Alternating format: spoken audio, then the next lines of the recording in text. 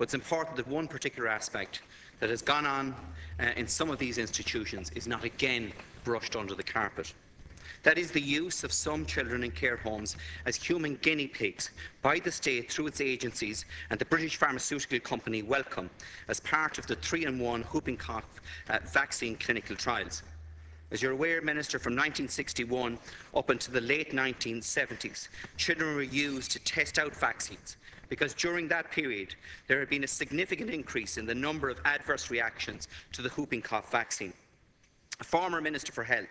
while in office, admitted that the side effects generally recognised as occurring occasionally following the administration of the whooping cough vaccine included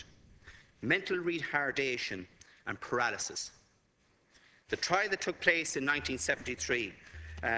were approved by the then National Drugs Advisory Board, and a licence was issued to Wellcome for a 2-year period, yet these trials were still ongoing in January of 1976.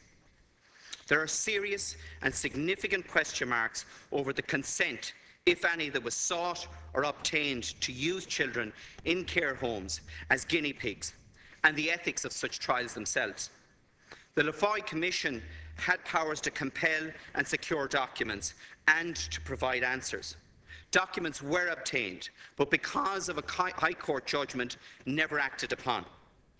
And while the Minister for Health is currently preparing legislation to preserve testimony given in confidence by abuse survivors of these institutions, despite earlier assurances that such information would be destroyed,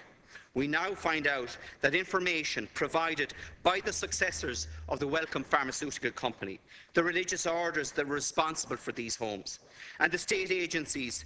who were involved in these clinical trials, that their documentation was returned to the original owners back in 2012.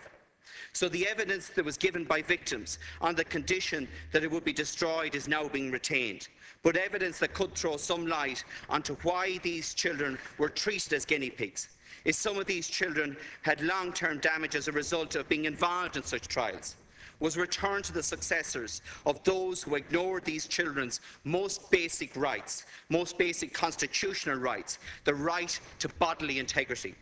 Surely, Minister, is this not a further abuse, a current abuse of the former residents of these institutions?